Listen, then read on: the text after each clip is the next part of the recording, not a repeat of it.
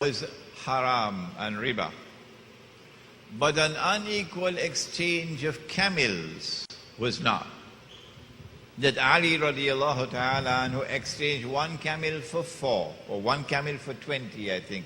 And Umar radiallahu ta'ala exchanged one camel for 4. But that was not haram and that was not riba. But the unequal exchange of dates was riba.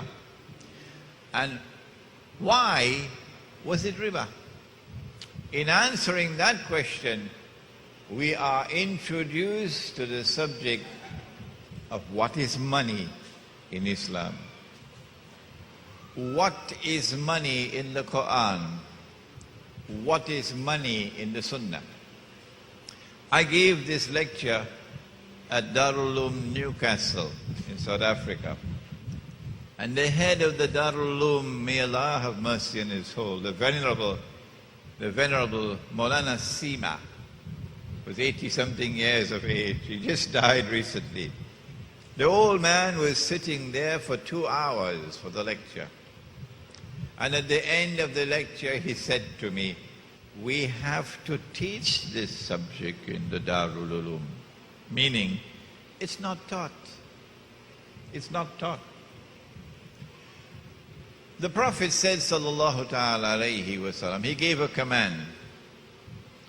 When a transaction is such that it involves an exchange of gold for gold, or silver for silver, or wheat for wheat, or barley for barley, or dates for dates, or salt for salt. 6 of them. You can't see it, but you can hear it. Gold, silver, wheat, barley, dates, salt. It must be equal for equal.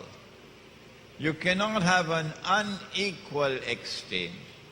Otherwise, it will be riba. Before we ask the question, why would it be riba? Let us look at these 6. What is common to all 6? This is a hadith, incidentally, which the world of Islam is very familiar, very familiar. Gold for gold, silver for silver, etc. What is common to all 6 is that they were all used as money.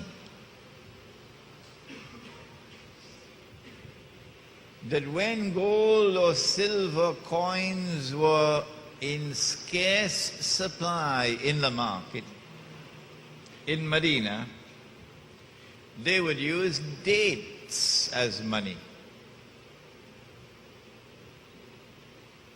And so from this hadith, we get a definition of money in the Sunnah.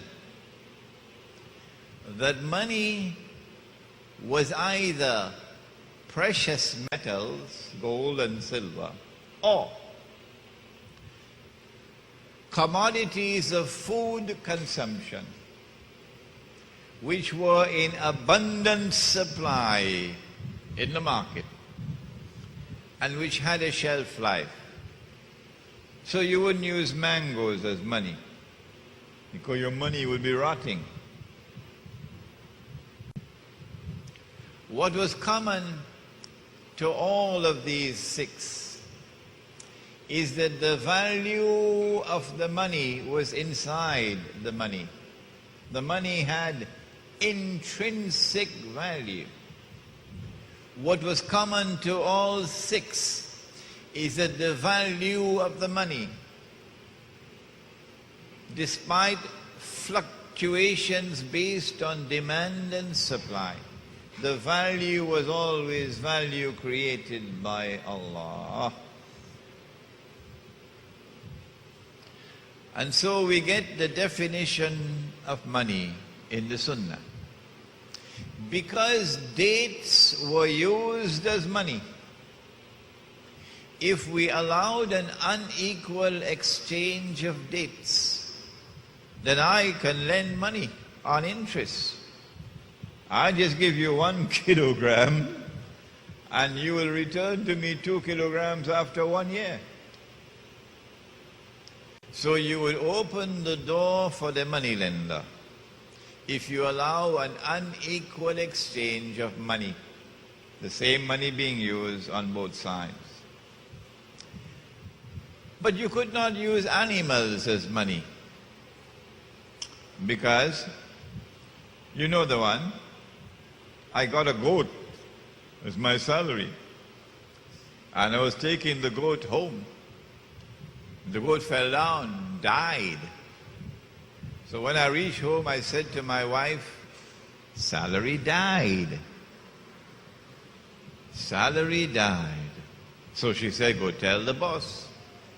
So I went to the boss, I said, boss, salary died. He said, but when I gave you salary, salary was alive. Since animals can fall ill, since animals can die, animals could not be used as money. And therefore you could have an unequal exchange of camels. Now then, this is money in the Sunnah. Money with intrinsic value. Money which is either precious metals or commodities of food consumption in abundant supply in the market, and which had a shelf life. Money with value, despite fluctuations based on demand and supply, with value created by Allah. Only He can create wealth out of nothing. He is Badi'us samawati wal ard. He creates out of nothing. He is Fatir. He creates from point of origin, Fatir. He is Khaliq. He creates and He fashions. But He is also Badi'us samawati wal ard, who creates ab novo, creates from nothing. Is this money also in the Quran? Yes, it is. In Surah At-Tawbah, Allah subhanahu wa ta'ala, or is it Tawbah? Or is it, I'm forgetting now. He takes to task the Israelite people. وَمِنْ أَهْلِ الْكِتَابِ. Where's the Hafiz? Where's the Hafiz? Which surah is it? All right, well, you can get it in my book. وَمِنْ أَهْلِ الْكِتَابِ. And amongst them, the Ahlul Kitab. مَنْ إِن تَأْمَنْهُ بِكِنْتَارٍ يُؤَدِّهِ إِلَيْكَ. If you entrust him with a kintar, which is a treasure, about, say, 1,200 ounces of gold, enough to buy a house in San Francisco. When you want it back, يُؤَدِّهِ إِلَيْكَ. He returned it to you. وَمِنْهُمْ مَنْ إِن تَأْمَنْهُ بِدِينَارٍ لَا يُؤَدِّهِ إِلَيْكَ. And amongst them there are those who, if you entrust him with 1 dinar, when you want it back, he won't give it back to you. إِلَّا مَا دُمْتَ عَلَيْهِ قَائِمًا. The only way you can get it back is if you stand there demanding it and pounding for it. ذلك بأنهم قالوا إنما ليس علينا في الأميين السبيل. This is because of the double standards we talked about in the previous session. That we have one code of morality amongst ourselves, and we do not have to apply that code of morality with these cockroaches. الأميون ويقولون على الله الكذب وهم يعلمون. But they tell a lie against Allah. They do it knowingly. They have changed the word of Allah. I couldn't preach this in New York today. I could have done it 10 years ago. But today I cannot deliver this lecture in New York.